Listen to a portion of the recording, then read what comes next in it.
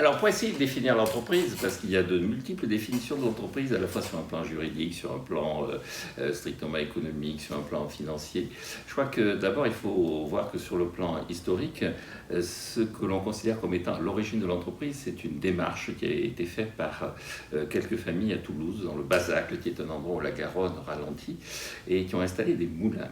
Et leur initiative a été de considérer que chacun apportait ses moulins pour constituer une entreprise et qu'ensuite c'était l'entreprise qui était propriétaire des moulins et qu'eux étaient propriétaires d'une part de l'entreprise. Qu'il y avait entre les moulins qu'ils avaient apportés et eux-mêmes un échelon, une barrière qui était l'entreprise.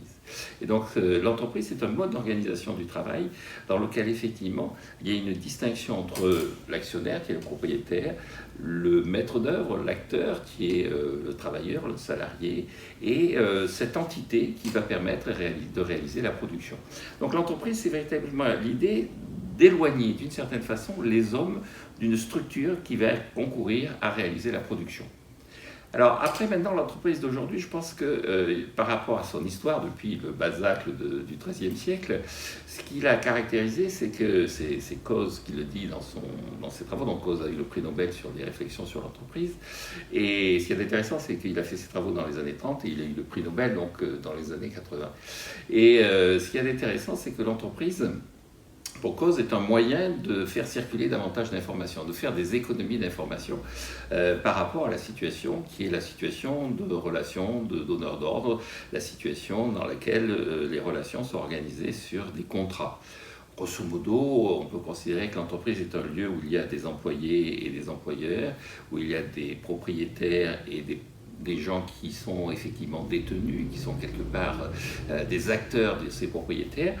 Et la relation naturelle dans le milieu économique, c'était plutôt une relation contractuelle client-fournisseur. Je crois qu'un des enjeux de ce qui se passe à l'heure actuelle, c'est qu'on est peut-être en train de repasser de la relation employeur-employé à l'ancienne relation client-fournisseur. Alors, 3 raisons pour lesquelles, à mon avis, on assiste à ça. La première raison, on l'a vu avec la pandémie, c'est que la nécessité de concentrer des gens pour réaliser un travail est en train de disparaître avec les nouvelles formes de production. Concrètement, dans l'industrie, on a besoin d'être dans un seul et même endroit, et le travail de chacun conditionne le travail de la personne qui est immédiatement à côté. L'industrie est un lieu clos où chacun a une mission, et chacun dans cette mission dépend des autres pour la mission qu'il accomplit. Dans le travail agricole, ce n'était pas le cas. C'est-à-dire que dans le travail agricole, l'outil de travail était à portée de main, on habitait sur son lieu de travail, et en général, on était assez capable de se débrouiller tout seul. Il y avait des petites équipes, on faisait des récoltes ensemble, mais il y avait une capacité à s'organiser soi-même. Dans le travail actuel, ce qu'a montré la pandémie avec le télétravail, c'est que de plus en plus, on est relativement autonome, relativement indépendant, et plutôt dans une forme d'organisation à la tâche. Et donc l'entreprise n'a plus besoin d'être un lieu de concentration. Le télétravail est en train de démontrer qu'on n'a pas besoin, comme dans une mine, d'être tous au même endroit, qu'on peut travailler un à Rambouillet, un à Orléans, un autre à Lens, et puis aussi un à Brazzaville, un à Madagascar, un autre au fin fond du Pérou. Donc on éclate l'entreprise sur le plan géographique, et donc l'unité géographique de l'entreprise, à mon avis, va être directement remise en cause par ce qui vient de se passer. La deuxième évolution importante de l'entreprise, c'est l'entreprise qui se pose des questions sur sa mission. C'est-à-dire que Friedman, dans les années 70, disait « le rôle de l'entreprise, c'est de faire du profit ». Et ensuite, si elle cherche à faire du profit, eh bien, naturellement, elle va remplir des missions, que l'on dit des missions citoyennes aujourd'hui, elle va remplir les missions civiques naturelles dans toute société. C'est ce que disait Friedman dans son article. Il disait, dans la littérature du XVIIe siècle en France, il y a un personnage qui fait de la prose sans le savoir, eh bien, le chef d'entreprise fait de l'action citoyenne sans avoir à le réclamer, le proclamer et le dire. Donc, l'entreprise est là pour faire du profit.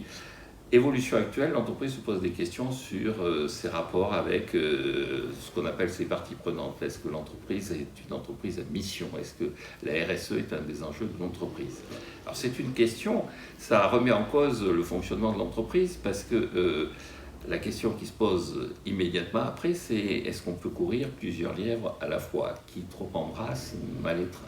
Et dans l'actualité, le cas du destin d'Emmanuel Faber à la tête de Danone à poser de façon claire et nette les questions qu'on peut se poser autour de la RSE et de la responsabilité sociale de l'entreprise. Et puis, le troisième enjeu pour l'entreprise, par-delà la relation employeur-employé vers client-fournisseur, ça va être la capacité à mobiliser la force de travail. Il y a toute une branche des économistes modernes, notamment des gens aussi surprenants que Stiglitz sur ce sujet, qui ont posé le problème de ce qu'ils appellent le tir au flanc. C'est-à-dire comment est-ce qu'on gère la personne qui, dans le cadre actuel de l'entreprise, qui était autrefois le passager clandestin, mais qui est encore pire que le passager clandestin. Parce que le passager clandestin, c'est quelqu'un qui bénéficie du fonctionnement de l'entreprise et qui ne nuit pas au fonctionnement de l'entreprise. Le tir au flanc, c'est un personnage qui, par son action, nuit au fonctionnement de l'entreprise. Alors vous avez une autre notion autour de ça, c'est le bullshit job, c'est-à-dire l'emploi inutile, et non seulement inutile, mais qui peut être carrément néfaste.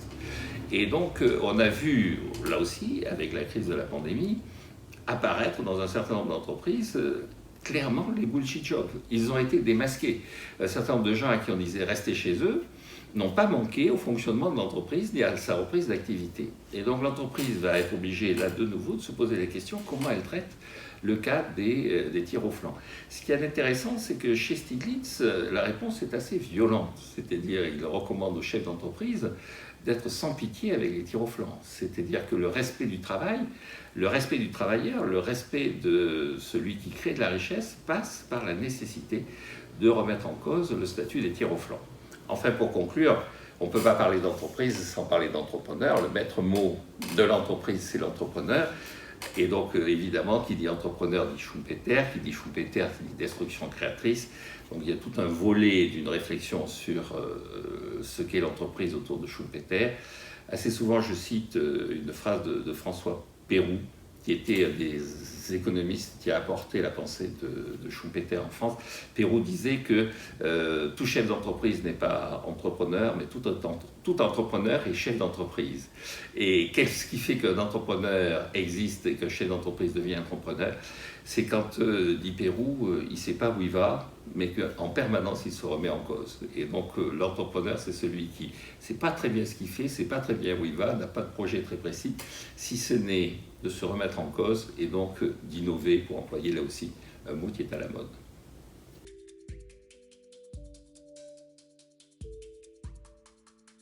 Il y a les pensées plus modernes. Je pense que lire le livre de Graeber sur les bullshit jobs, même si effectivement c'est assez tendancieux, assez polémique, comme l'était d'ailleurs dans l'ensemble de son œuvre David Graeber, lire ce livre-là, ça donne une vision assez moderne de ce que doit être l'entreprise.